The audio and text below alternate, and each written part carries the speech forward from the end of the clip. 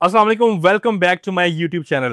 Sport trading, future trading, दोनों में क्या फर्क है? दोनों में से हमें कौन सी ट्रेडिंग करनी चाहिए? किस में ज्यादा फायदा है, किस में ज्यादा खतरा है, किस में ज्यादा नुकसान के चांसेस है, और दोनों में से न्यूबीज को किसकी तरफ जाना चाहिए? आपके तमाम के तमाम सवाल और तमाम के तमाम डाउट्स इस वीडियो में क्लियर करने की कोशिश करूंगा।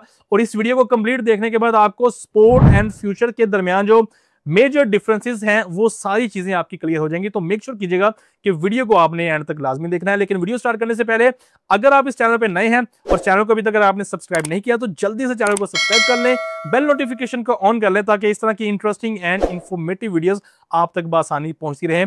और अगर आप इंटरेस्टेड हैं क्रिप्टो ट्रेडिंग सीखने में फ्रॉम ए टू जी, तो ये हमारी क्रिप्टो ट्रेडिंग कोर्स की आज 10वां लेक्चर है।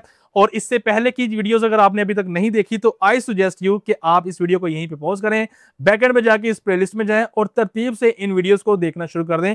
इस वीडियोस के अंदर मैंने काफी ज्यादा चीजें डिटेल के अंदर एक्सप्लेन की हुई हैं।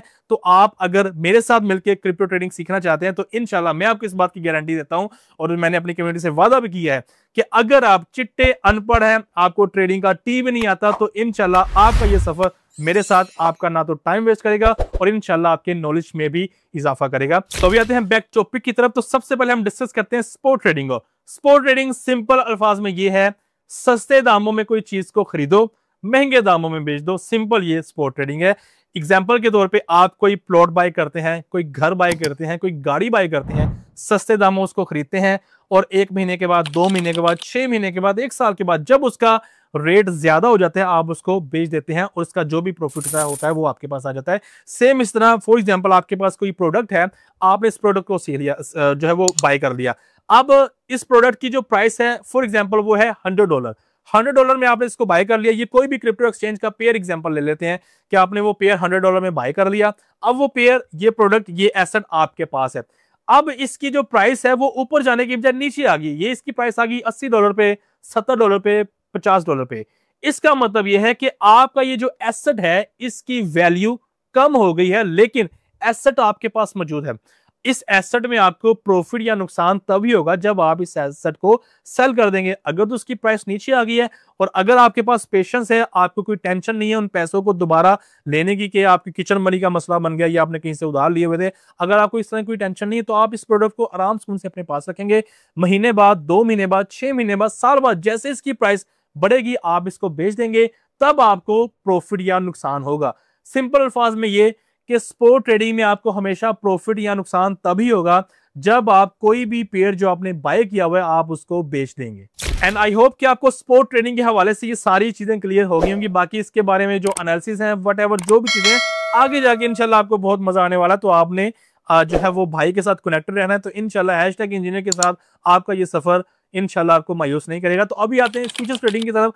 अब फ्यूचर्स ट्रेडिंग के अंदर ना बड़ी एक इंटरेस्टिंग और एक ड्रामेटिक चीजें हैं कि जिसके बारे में बंदा कहता है यार ये ऐसा कैसे हो सकता है। अब ये देखें ना, फ्यूचर्स ट्रेडिंग में मैं ये कहता हूँ कि मैंने इसको बाय किया 110 120 की प्राइस पे और 150 की प्राइस में इसको सेल कर दिया। ठीक है जी, $30 का प्रॉफिट मुझे हो गया, बात समझ में आती है।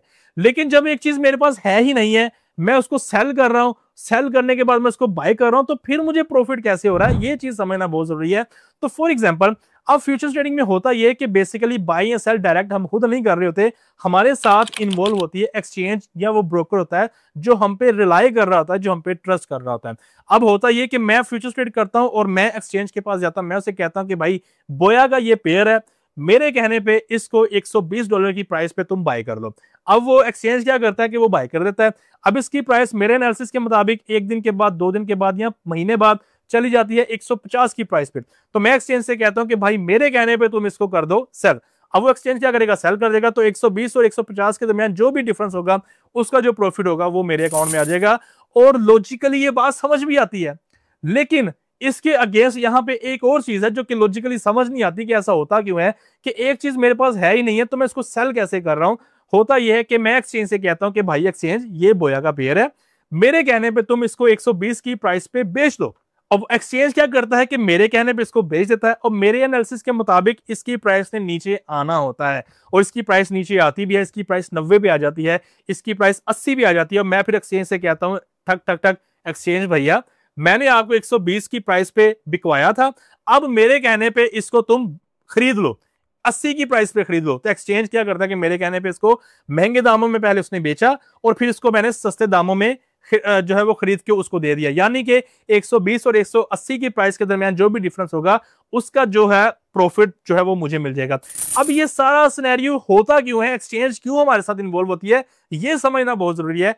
इसके पीछे भाई रोला है लेवरेज का। अब लेवरेज को अगर आप लोगों ने समझ लिया भाई, तो आपको फ्यूचर्स ट्रेड करना बहुत आपके लिए आसान हो जाएगा, और इसको अगर आपने कंट्रोल कर दिया लेवरेज को, तो भाई पैसा कमाना आप लोगों के लिए आसान हो जाएगा। अब होता यह है कि हमारे पास है $100 फॉर एग्जांपल। बात यह है कि हम जो है वो अपनी चादर से कुछ ज्यादा पैर फैलाने की कोशिश करते हैं कि हमारे पास फंड कम होता है, लेकिन हम चाहते हैं कि हम बड़े फंड्स के अंदर खेलें।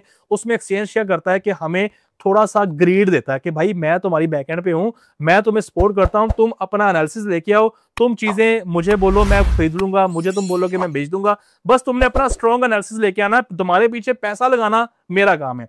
अब होता यह कि मेरे पास है $100।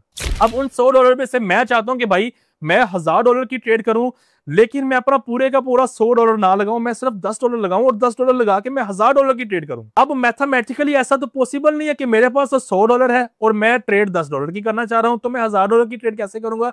ऐसी सिचुएशन में एक्सचेंज हमें लेवरेज की ऑप्शन देता है कि भाई तुम 10 लेके आओ, बाकी 990 मैं तुम्हें देता हूं, मेरे कहने पर तुम जो है वो ये $1000 की ट्रेड लगाओ, लेकिन एनालिसिस तुम्हारा होना चाहिए, एनालिसिस तुम्हारा स्ट्रांग होना चाहिए। तो हम क्या करते हैं कि हम $10 की ट्रेड लगाते हैं, साथ में हम एक्सचेंज से 100x का लेवरेज ले लेते हैं, तो 10 मल्टीप्लाई बाय 100 वो बन जाता है 1000, यानी कि हमारे $1000 की ट्रेड जो है वो प्लेस हो जाती है और हम एक्सचेंज के ऊपर एक बड़ी ट्रेड करते हैं। अब उसका हमें फायदा ये होता है कि अगर तो मेरा एनालिसिस परफेक्ट जाएगा तो डेफिनेटली उसके अकॉर्डिंग मुझे प्रॉफिट भी ज्यादा होगा, लेकिन एक्सचेंज को फायदा ये होगा कि अगर मुझे प्रॉफिट होगा तो डेफिनेटली एक्सचेंज को भी कोई ना कोई प्रॉफिट होगा। ट्रेड लगाने पे, ट्रेड को क्लोज करने पे जो कमीशन जो फीस कटेगी वो भी एक्सचेंज को जाएगी, लेकिन एक्सचेंज को इतना पागल नहीं है कि वो मेरे $10 के पीछे अपने $990 जो है वो जाया कर दे। एक्चुअल में मैं जो $10 लगा रहा होता हूं, उन $10 के पीछे मेरे जो $90 पड़े हुए हैं वो मैंने एक्सचेंज को एक किस्म के गिरवी रखे हुए हैं। अब होगा ये कि जब मेरा एनालिसिस मेरे अगेंस्ट जाएगा और अगर मैं उस ट्रेड को क्लोज नहीं करूंगा, तो मेरे वो जो $90 जब तक लॉस में नहीं जाएंगे, यानी कि जब मेरा पूरा अकाउंट लॉस में चला जाएगा, एक्सचेंज क्या करेगा भाई, मेरा अकाउंट बंद कर देगा, मेरी ट्रेड को बंद कर देगा। सिंपल अल्फाज में एक्सचेंज मुझे लिक्विडेट कर देगा, यानी ये कि वो सिर्फ मेरे $100 तक का रिस्क लेगा, वो अपने $990 का रिस्क कभी भी नहीं लेगा। तो भाई लोगों, ये मेजर डिफरेंस है स्पॉट ट्रेडिंग में और फ्यूचर्स ट्रेडिंग में, जिसकी बेस पे कहा जाता है कि फ्यूचर्स ट्रेडिंग इंतहाई रिस्की है। वक्ती तौर पे आपको फील हो रहा होता है कि हाँ यार मेरा एनालिसिस अच्छा जा रहा है, एक्सचेंज मुझे धड़ाधड़ सपोर्ट किए जा रहा है, मुझे ना मेरे पास पैसा भी आ रहा है, लेकिन बैकएंड पे जो डार्क रियलिटी ये है कि एक्सचेंज ने बेसिकली आपका वॉलेट जो है वो गिरवी रखा होता है, और जैसे ही आपके वॉलेट के अंदर पड़ी हुई अमाउंट जीरो होने के करीब होती है, एक्सचेंज क्या करता है कि आपकी जो पोजीशंस है उनको क्लोज कर देता है और वो खुद को वो सेफ रखता है। लेकिन यहां पे भी आप सेफ तरीके से चल सकते हैं। आप चाहें तो जो बैकएंड पे आपके पास जो अमाउंट पड़ी हुई, अगर आप चाहें कि मैंने गिरवी नहीं रखना, मैंने सिर्फ जो $10 लगाए मैं सिर्फ उनको गिरवी रख रहा हूं, ये बेसिकली मैं आपको एक एग्जांपल दे रहा हूं। ये जो वर्डिंग गिरवी है ना, ये इसको मैं एग्जांपल दे रहा हूं कि अगर आप चाहते हैं कि मैं सिर्फ उन $10 को गिरवी रखूं तो आप ये भी कर सकते हैं। अब इन चीजों के बारे में डिटेल में जाके हम आगे सीखेंगे, लेकिन होपफुली मुझे उम्मीद है कि आपका सपोर्ट और फ्यूचर्स के बारे में जो मेजर जो डिफरेंस है, जो कॉन्सेप्ट है, वो क्लियर हो गया होगा। अब आपके ऊपर डिपेंड करता है कि आफ्टर एनालिसिंग के आप जब इन चीजों के बारे में सीख लेंगे, जब ये कोर्स आप मेरे साथ रह के कर लेंगे, उसके बाद आपके ऊपर डिपेंड करता है कि आपने फ्यूचर ट्रेडिंग की तरफ जाना है या फिर आपने स्पोर्ट ट्रेडिंग की तरफ जाना है।